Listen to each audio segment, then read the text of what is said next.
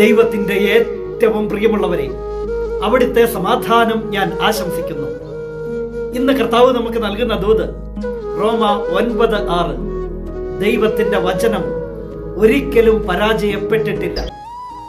ദൈവവചനം ഒരിക്കലും പരാജയപ്പെട്ടിട്ടില്ല, ഒരു നാളും പരാജയപ്പെടുകയുമില്ല. അത് ദൈവത്തിന്റെ വാക്കാ, അത് ദൈവത്തിന്റെ ഇഷ്ടങ്ങളാ.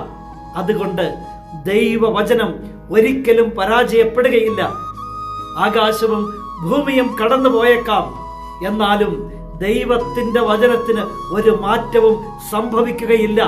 അതൊരു നാളും പരാജയപ്പെടുകയില്ല. ദൈവവചനം സത്യമാണ്.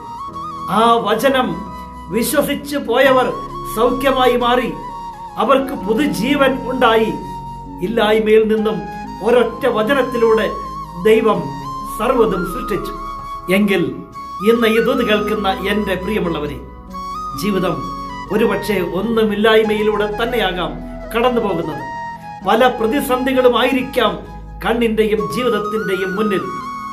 ദൈവത്തിന്റെ വചനത്തിൽ വിശ്വസിക്കുക, ആ തിരുവചനത്തിൽ പ്രത്യാശ വയ്ക്കുക. കാണാത്തതിനെയും പ്രതീക്ഷയോടെ കാത്തിരിക്കുക. ആ വചനത്തിൽ വിശ്വസിക്കാൻ സാധിച്ചാൽ ആ വചനം സത്യമായി മാറും. കാരണം ദൈവത്തിന്റെ വചനം ഒരിക്കലും പരാജയപ്പെട്ടിട്ടില്ല. ദൈവവചനത്തിൽ വിശ്വസിച്ച് പ്രത്യാശയോടെ പ്രാർത്ഥിക്കാം. തിരുവചനത്തിന്റെ നാഥൻ നമ്മെ എല്ലാവരെയും സമൃദ്ധിയായി അനുഗ്രഹിക്കട്ടെ.